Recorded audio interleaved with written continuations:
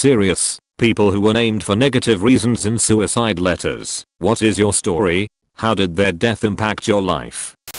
My father committed suicide 7 years ago when I was 23. We were never particularly close growing up but always had this unspoken father/son bond where we just did things together without saying any words. In the months leading up to his death he would write to me and try calling, but I always felt uncomfortable talking about feelings etc. So I ignored it for a later day. My sister on the other hand talked to him regularly, even on the morning he died. His suicide letter arrived a few days later with my birthday card. His letter was a paragraph long and had a gift voucher to a bottle shop, Dan Murphy's in Australia. My older sister however received a 2-page letter with his iPod and books on grieving.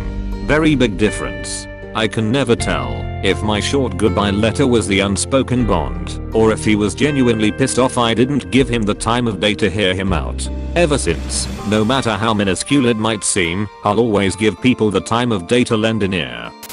My mom committed suicide in 1999 when I was 9. I finally got the courage to request her suicide letters from the police about 6 months ago. There is one short snippet in her letter about me. For my mother, I was a testy child and she found me to be quite annoying. Despite that however, it seemed that she held off with completion of suicide, as also stated later on that she couldn't live just for me any longer. You know what? I felt loved after reading that. I laughed knowing that she found me annoying, much like any typical mother probably would think of their child. But the fact that she tried to prolong her death, despite the fact that she struggled with mental health since childhood, meant the world to me. She lasted 9 whole years after giving birth to me. She was selfless for as long as she could bear it. Edit. My god. I woke up to this morning with so many comments. What warms my heart most is seeing this outpour of support. Not for me, but for everyone who is also struggling with their own mental health. I never thought it would spur so much attention, let alone so much support and healthy conversation between all the users. I'm more excited that people are openly sharing about their mental health and not continuing the stigma of it. September is Mental Health Awareness Month. Speaking about our vulnerabilities and supporting one another is the best way to destigmatize what society thinks of mental illness. Thank you all so much for taking the time to comment, for being honest with each other, for providing your insights and stories. P.S. Many of you have asked if I'm okay and have given me well wishes. It has been nearly 20 years. Some days are a struggle, but her letter gave me so much closure. She is my primary inspiration to live a fulfilled, happy life. I grew up to become a clinical social worker to provide psychotherapy to other children who may struggle with their own demons. My life is beautiful. I'm so sorry that happened. The perspective you have on this is beautiful, though. Thank you for seeing her as a whole person. She deserves that. Hope you're doing okay. My best friend from high school killed herself on my birthday in 2017. We had both been very depressed and suicidal in high school and gave each other a lot of support, but in college I tried to get the help I needed and she did not. I blocked her number after she sent me some gory pictures of self-harm in early college because I just couldn't take it anymore. We were at different big state schools in the Midwest. She got in touch with me again after she attempted suicide in our sophomore or junior year of college and was diagnosed with bipolar disorder.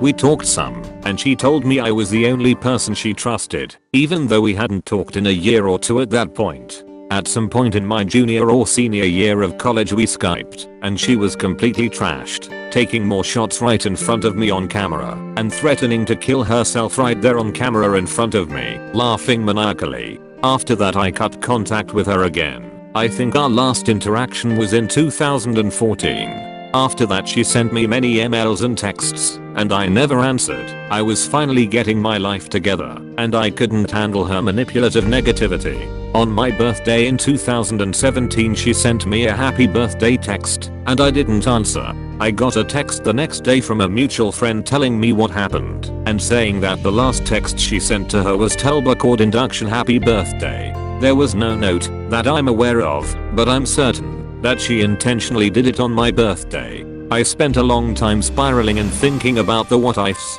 What if I'd answered her birthday text? What if I'd sucked it up and been there for her, even though she kept trying to manipulate and hurt me for attention? What if I had reconnected with her after I heard her mother died, or after college, when she moved back to our hometown? What if? My dad committed suicide when I was 18. I was fresh into the Navy, and it was the first time in my life I didn't have the ability to call my dad every day. My parents divorced when I was a kid and my mom was the one who raised me. Anyway, I got a call from the cops that my dad passed away on Christmas Day. I had been trying to contact him since Christmas Eve. When I found out it was suicide, I was shocked. My dad was always so happy and funny, though he did suffer from alcoholism, something I tried in vain for a long time to help him through. I had no idea he was suffering from such deep depression, something I also suffer from. I never read the letter myself, but my mom and sister did, and they highly recommend I not read it, so I didn't. I don't know the specifics, but I know he said his daughters didn't love him. That hurt me so much, because I loved him to death. We had our disagreements, obviously, we are father and daughter, but I never thought I gave him any reason to think I didn't love him. It's something I struggled with for a long time, and it almost led to me attempting suicide myself. Now that I'm older, 24, and enough time has passed, I know that what he wrote wasn't what he truly felt. I remember all the time we spent together, and I know there's no way he could really believe I didn't love him. I know he felt like he wanted to be a better dad, but I think even with his flaws he was great. If I could tell him anything today, it would be that I'm sorry that I ever did anything to make him think I didn't love him. Unfortunately, we never get those opportunities when things like this happen. I was named, but she didn't die. My ex-girlfriend. She was not my first, but I was hers.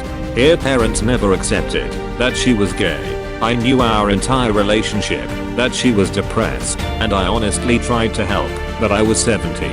Eventually, she was talking about killing herself near nightly, and I couldn't take it anymore. I broke up with her. I didn't learn until sometime later that she tried to kill herself. A friend showed me her aunt on Tumblr where she blamed me. Man, it fucked me up.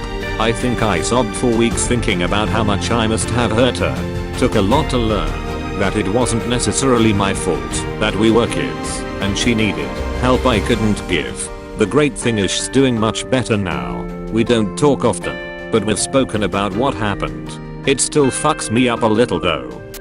In my sophomore year of high school, video games were my life. I would frantically rush home to do all of my homework early, just so I could play video games. I made a friend online, and this friend was a lot like me. He only cared about video games and he loved talking about it too. We would go on servers and talk about how wrong people about some aspects of the game. When we grew closer, eventually he opened up to me about how he had depression and how he had suicidal thoughts. There was a day that we finally disagreed on something, and we had a very heated argument, to the point where I told him that I wouldn't care if he just disappeared suddenly. He took a lot of offense to that, and the next day he sends me his suicide note saying how our argument was his tipping point, and that I had caused him to do what he did.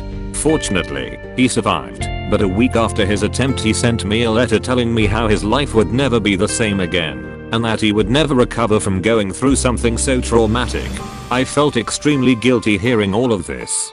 For the longest time, I couldn't talk to people as confidently as I used to because I was constantly worried about the consequences of my words. I became depressed, and it affected my behavior for a long time, until I finally opened up about it recently to my friends and family. There are still days that I wake up and I think about what happened, to the point where it determines what mood I'm in on that day. Otherwise, I have been making slight progress, and I've finally been gaining the strength to get out of bed and live my life normally. I had a friends with benefits relationship with a girl who was depressed. Neither of us wanted the commitment of a serious relationship. I know it's selfish to say, but her depression was taking a big toll on myself, and when she said she was getting feelings for me, I knew it was time to break things off. Unfortunately, that was incredibly difficult to do, and I sat on it for a while, never being happy, and reserving my ever-growing anger for her depression. After a few weeks I finally did it. I let go, and in the nicest way I could, told her that I couldn't see her anymore. She questioned me for a few days and I did my best to respond in kind. She went quiet for about a week, and I got a message from her roommate reaching out to me as her boyfriend, that she had hung herself a day after our last conversation. Her suicide note was half finished on a Word document. I was named along with her family, an ex of hers who she said caused her depression to start, and her closest friend.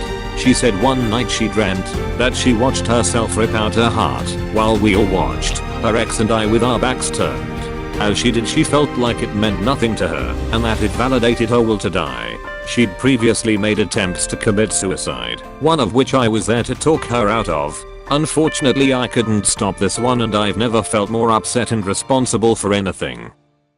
Thanks for watching. Like, comment, subscribe.